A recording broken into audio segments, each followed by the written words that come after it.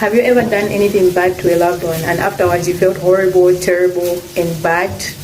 Which shows that you're a human, and actually a good human, because it shows you have remorse and you know when you're wrong, and actually you do accept when you're wrong, right? Story time of how I betrayed my sister. Normally some people would just go like, yeah, I did it, and so what? This happened many years ago. We had a cousin who became friends with a certain family because they used to communicate together, and they actually became very close, so they ended up becoming family friends. And this cousin also introduced us to this family. This couple had 3 kids. They had 2 sons who were already old at that time. They were teenagers. At the time, we were still teenagers as well, my cousin and I, but we were heading into our 20s. And they had 1 daughter who was still a baby. At this point, my cousin and I had only heard on this family, not until a time when we met them at a church gathering. We first saw the parents and then the kids.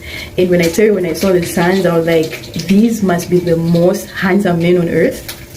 You know how people usually say, no, we're all created in God's image, but I was like, You know when you look at someone and you're like, I think God took his time on this one, because...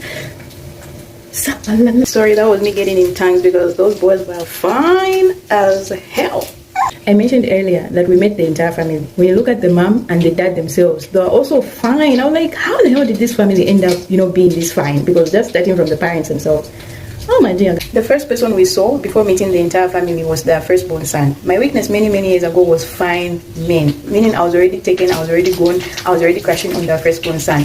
Not knowing actually everything that I was seeing and thinking is exactly what my sister was also seeing and thinking. I was there thinking to myself, this guy is fine and I'm gonna date him like he's mine. Remember how it was when we were kids? For example, your parents buy you toys and they're like, this is mine, this is mine, this is mine. And if you haven't picked first, you would pick whatever toy remains. This is exactly what happened. My sister told me, he is mine.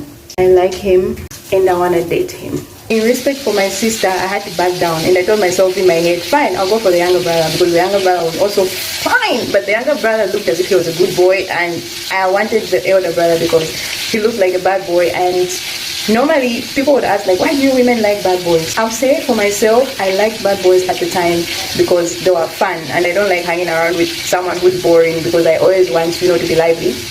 So the younger brother seemed like he was too chilled, but he was fine. I was like, fine, I'll go for the younger brother because he's still fine. Like, guys, fast forward, this dude, the firstborn son, started dating my sister, and after some time, I started dating his brother, the younger brother. Forward, it all didn't work out for either of us. I'll be honest with you, when I was younger, I was a menace. Fast forward, this guy, the firstborn son to that family, and my sister broke up. Him and I remained friends. We were friends even as they were dating. In the process of us remaining friends, honestly speaking, it's been too long. I don't even recall how we ended up where